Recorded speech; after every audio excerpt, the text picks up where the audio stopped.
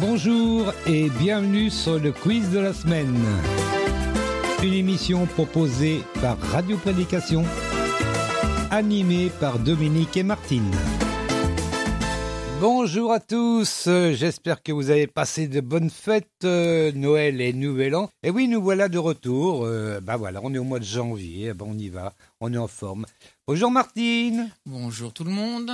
Oh, on entend bien Martine, elle a un nouveau micro. Ah bah oui, un micro sans fil en plus, on a les moyens maintenant. Non, c'est un petit cadeau, c'est le cadeau de Nouvel An. Et puis, voilà, nous on est contents d'être revenus parce que quand même, 2 semaines sans quiz de la semaine, ça faisait long quand même. Bon, il y a eu le quiz, les 2 quiz de Noël avec un son qui n'était pas très bon. Alors je m'en excuse, voilà, parce que c'était pas très bon, c'est à cause de Skype, voilà, et les connexions Skype qui étaient pas très bonnes, et puis voilà. Eh ben, là on retrouve un son à peu près correct, enfin je l'espère en tout cas. Eh bien, pour le quiz de la semaine, on va reprendre Daniel. Bah oui, on ne l'a pas fini, les enfants. Eh ben non, on en est au chapitre 11 de Daniel, voilà. Donc, Daniel chapitre 11, je vous rappelle qu'on lit dans la Bible du Summer, que je comprends mieux personnellement. Tout à l'heure, j'avais commencé à lire dans la Louis II, je ne comprenais absolument rien à ce que je lisais. C'est quand même un petit peu embêtant. Donc là, dans la Summer, ça va. J'ai à peu près compris. Alors, ce chapitre 11 de Daniel, ça me rappelle Donjons et Dragons, enfin un truc comme ça, avec le roi du Nord, le roi du Sud, le roi du Midi, le roi de l'Est, du Sud-Ouest. Ah, c'est c'est un petit peu ce que ça m'a rappelé, mais bon, je sais pas, vous verrez. Côté musique, qu'est-ce qu'on écoute? Je sais plus, moi, ce qu'on écoute côté musique. Si, ça doit être Richard Banville. Voilà, Richard Banville. Alors, j'en ai choisi 3. Est-ce qu'on pourrait écouter les 3? Peut-être, je sais pas, on va voir. Parce que c'est vrai que le chapitre 11 de Daniel est quand même assez long. Il y a 45 versets, si mes souvenirs sont bons.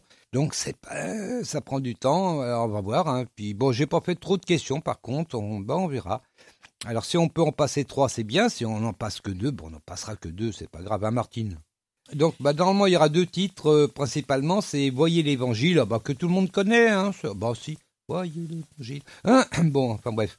Et puis le deuxième titre, c'est Le Mont des Oliviers. Et puis si on peut, on écoutera le troisième qui s'appelle Le Bon Berger. Mais bon, ça c'est... On va voir, l'enregistrement se fait en direct, comme ça, au pied levé, et puis avec les auditeurs qui nous écoutent en plus. Dites donc. Voilà. Tu penses à la question de Petro de l'Éternel? La question de Petro de l'Éternel qu'il pose sur Twitter toutes les semaines. Eh oui, même pendant les fêtes, il a posé des questions au Petro de l'Éternel. C'est bien. Alors, la question, si, vous pouvez le trouver dans la Bible, il n'y a pas de problème, mais bon, il faut falloir chercher quand même là, pas mal. Alors, à quel âge Isaac eut-il ses 2 jumeaux, Ésaü et Jacob? Pas facile ça. À quel âge Isaac eut-il ses 2 jumeaux, Ésaü et Jacob? Alors, est-ce qu'il les a eus à 25 ans, à 30 ans, à 40 ans, à 60 ans? À quel âge Isaac eut-il ses 2 jumeaux, Ésaü et Jacob? 25 ans, 30 ans, 40 ans ou 60 ans? Voilà. On aura les réponses des tweetos après le premier chant, après la première pause musicale. Et puis on verra s'ils ont raison, s'ils n'ont pas raison. On le saura en tout cas à la fin de l'émission. Voilà. Sans vouloir critiquer mon cher mari. Oh mais je t'en prie. Des jumeaux, c'est toujours 2. Oui, mais bon, c'est 2 jumeaux. Oui, ça, faut t'adresser à Petro de l'Éternel. Parce que là, ça fait 2 jumeaux, ça fait 2 paires de jumeaux, ça fait 2... Oui, ça fait 4 jumeaux. C'est bon. Ça fait un peu... Oui. Alors, on va rectifier. Alors, à quel âge Isaac eut-il ses jumeaux, Ésaü et Jacob? C'est mieux. C'est mieux, on saura ça donc en fin d'émission. Je vous dirai où c'est et tout ça. Et puis, je vais même vous le lire. Je suis comme ça, moi. Que voulez-vous? Voilà. Allez, on va peut-être écouter d'abord le chapitre. C'est le chapitre 11. On va écouter la première partie, parce que je divise en deux, parce que sinon c'est long quand même. Il y en a pour 9 minutes 40 sinon. Ça fait un peu long. Donc on va faire en deux parties. Donc on va écouter la première partie du chapitre 11 de Daniel. Allez, c'est parti. J'espère en tout cas. Hein, oui. Daniel, chapitre 11, dans la Bible du Semeur. Première partie.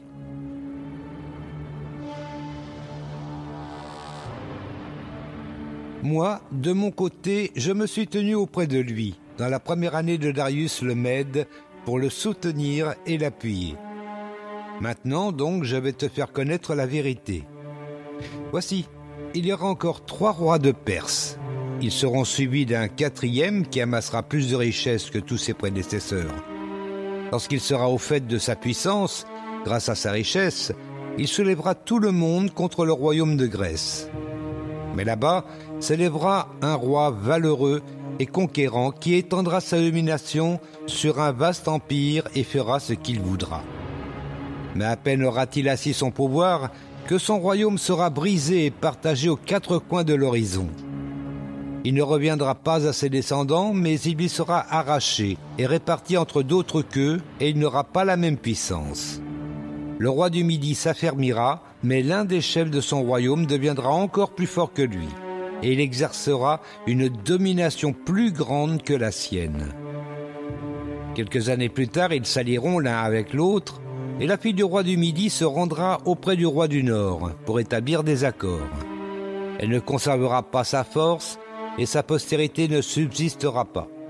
Elle sera livrée à la mort avec ceux qui l'avaient amenée, de même que son père, et celui qui l'avait soutenu pendant quelque temps. Mais un membre de sa famille se lèvera et prendra la place de son père. Il marchera contre l'armée du roi du Nord, investira sa forteresse, l'attaquera et remportera la victoire. Il emportera même comme butin en Égypte leurs idoles et leurs statues de métal fondu, avec leurs objets précieux d'or et d'argent consacrés à ses divinités. Pendant quelques années, il se tiendra loin du roi du Nord. Par la suite, celui-ci envahira le royaume du roi du Midi, puis il retournera dans son pays. Ces pays se rassembleront et mobiliseront une armée très nombreuse qui submergera tout sur son passage. Ils inonderont le pays. Sur le chemin du retour, ils attaqueront la forteresse. C'est alors que le roi du Midi, exaspéré, lancera une offensive contre le roi du Nord. Il mettra sur pied une grande armée et il aura la victoire sur les troupes adverses. Une fois ses troupes vaincues, il s'enorgueillira et fera tomber des milliers d'hommes.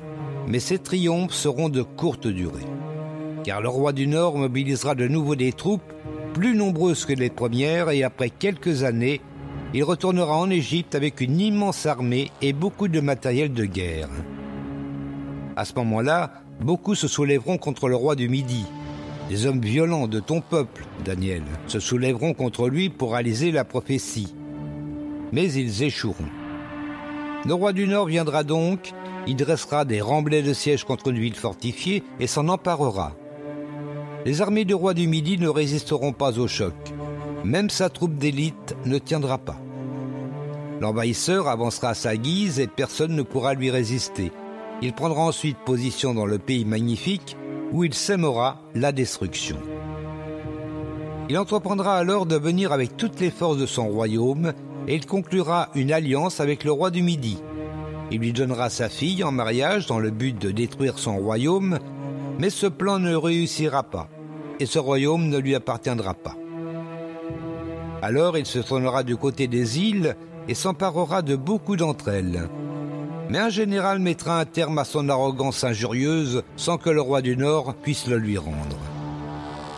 Ensuite, il reviendra s'occuper des citadelles de son propre pays, mais il tombera et s'en sera fait de lui. Son successeur enverra un exacteur dans le lieu qui est la gloire du royaume. Peu de temps après, ce roi sera frappé à son tour, mais ce ne sera pas dans un mouvement de colère ni au cours d'une guerre. Un homme méprisable lui succédera sans avoir reçu la dignité royale. Il s'en viendra en temps de paix et s'emparera de la royauté à force d'intrigues. Les forces adverses qui débordaient comme une inondation seront submergées et brisées par lui. Il tuera aussi un chef du peuple de l'Alliance. En dépit de l'accord conclu avec lui, il agira avec ruse, rompant les liens qui s'unissaient à lui. Il l'attaquera et remportera la victoire avec une poignée d'hommes. Eh oui, hein, c'est tout à fait Donjons et Dragons, ça. Enfin, il y a une autre série qui passe, je crois, je sais plus, c'est sur Netflix ou je sais plus, où c'est un petit peu comme ça avec le roi du Nord, du Sud, de l'Est. Et donc ça m'a un petit peu rappelé ça. Bah, je sais pas, je me trompe peut-être, hein, mais bon, hein, ça me rappelle un petit peu ça. Mais voilà, bah c'est passionnant quand même, hein, cette première partie, en tout cas de chapitre 11. La deuxième partie, vous verrez, elle est très bien aussi. Oh, bah, oui. Alors, on va peut-être poser la première question. Hein, on est en forme, Martine? Oui.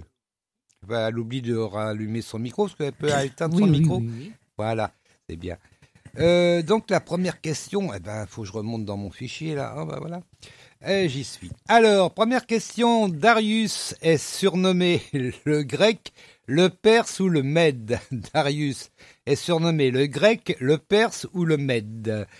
Comme d'habitude, on va retrouver nos fameuses 10 secondes. Oui.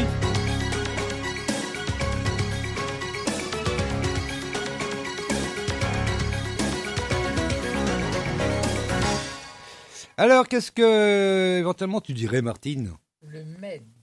Le Med. Il faudra quand même rapprocher un petit peu ton micro quand tu parles. Voilà, c'est bien. Donc, tu dis? Le Med. Oh, bah, c'est pas mieux, mais bon. Le Med. Ah oui, c'est mieux, là. Le Med, donc, dit Martine. Ouais, c'est une bonne réponse, hein. Ouais.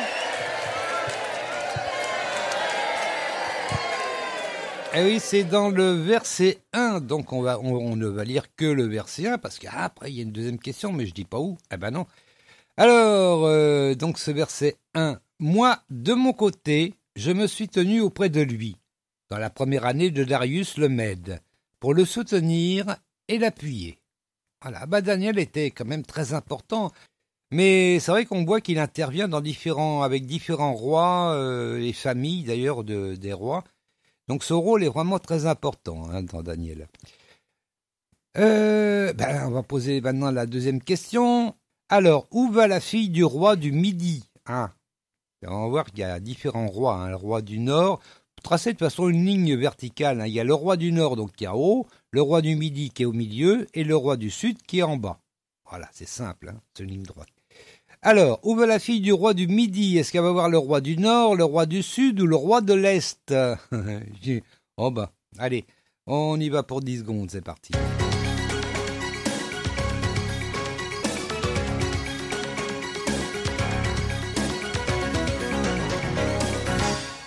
Alors, quel roi va voir la fille du roi du Midi? Le roi du Nord, le roi du Sud ou le roi de l'Est? Le roi du Nord. Le roi du Nord, exact.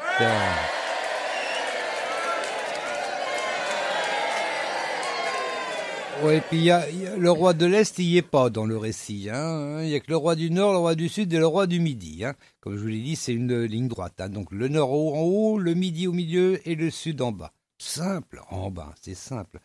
C'est vrai que c'est pas évident à comprendre. On va voir que les uns et les autres vont se faire la guerre.